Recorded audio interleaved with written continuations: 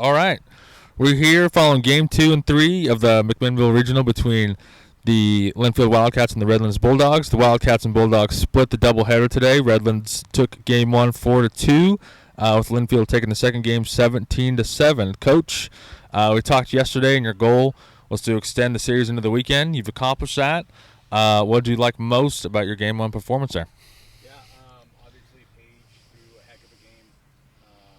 Kept that lineup is a very dangerous lineup, and I think she ended up giving up 3 hits. We made some defensive plays behind her, and on the offensive side, we got enough barrels to be able to score some runs. So it's kind of what we do. We got a long lineup.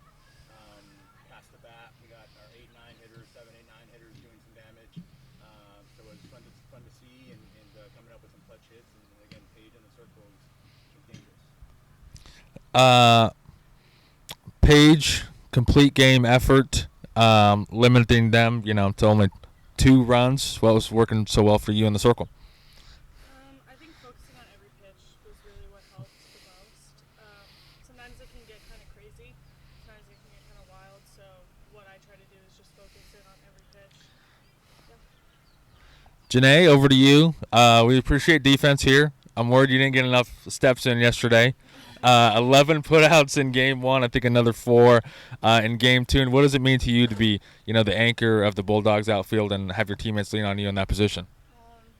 I feel like I pride myself in making sure that my pitcher believes in me and trusts in me. I want to be the foundation for that, help them to make sure that they trust in me too. So I just go out there every day trying to put out my 500%. Honestly, I want to make every pitch for my pitcher, most importantly, because I want to limit their pitches. I know they come out here every day and they do their best, and it's tiring and it's hard, and I think a lot of people don't recognize it. So doing our part is very important, and I want to make sure I do that plus more. So, Coach, I'm going to go back to you. You scored the first run in all 3 games. What is it about your guys' hot start, and what are you liking in your approach very early on in these games? Yeah, I mean that's the dangerous lineup that we have. Again, the top of our lineup anchored by Natalie at the top, and then you have Brooklyn, who's only a sophomore. Paige, KG, who's Player of the Year, just got named first team All Region today. That came out today. So we're young. I talked about it yesterday a little bit. These kids just don't know any better. That they're supposed to come in and get swept. They're going to show up, and we're going to keep fighting.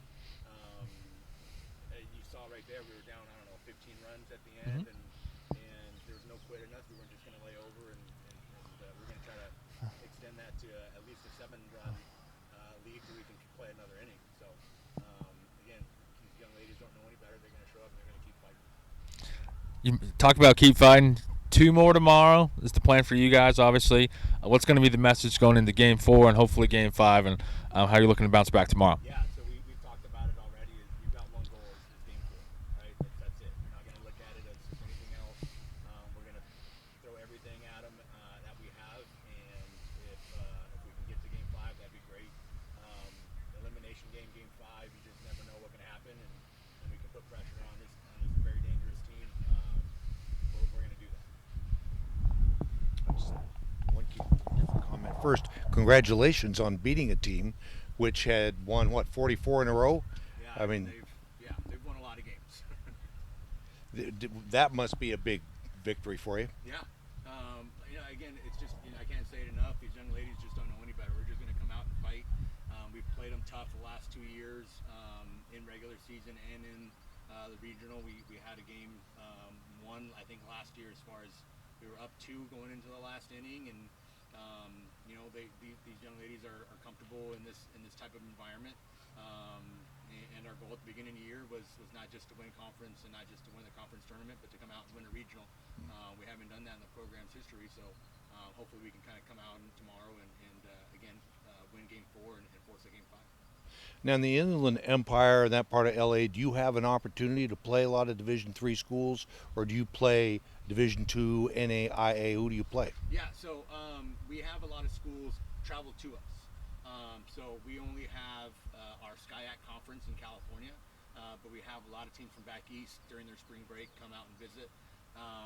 Historically, we haven't traveled too often, but actually next year we're going to the NFCA Leadoff Classic, which is a big deal. We're excited. I think Linfield went to it this year. Compete against some of the top programs in the country early on in the year is something that we're excited to go and do.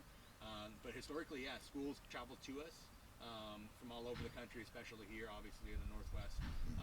You get Whitworth, you get Linfield, you get a lot of other schools that come out and visit us and try to get out of their weather to come and hopefully enjoy some Southern California weather in March. Now, do you know who's going to pitch tomorrow? We haven't talked about it yet, so we just got done talking to the players, and we'll talk about it as a staff how we're gonna attack tomorrow, and we'll go from there. All right. Well, thank you. Yeah. Perfect. Anything, Rusty? I'm good. Awesome. Thank you guys.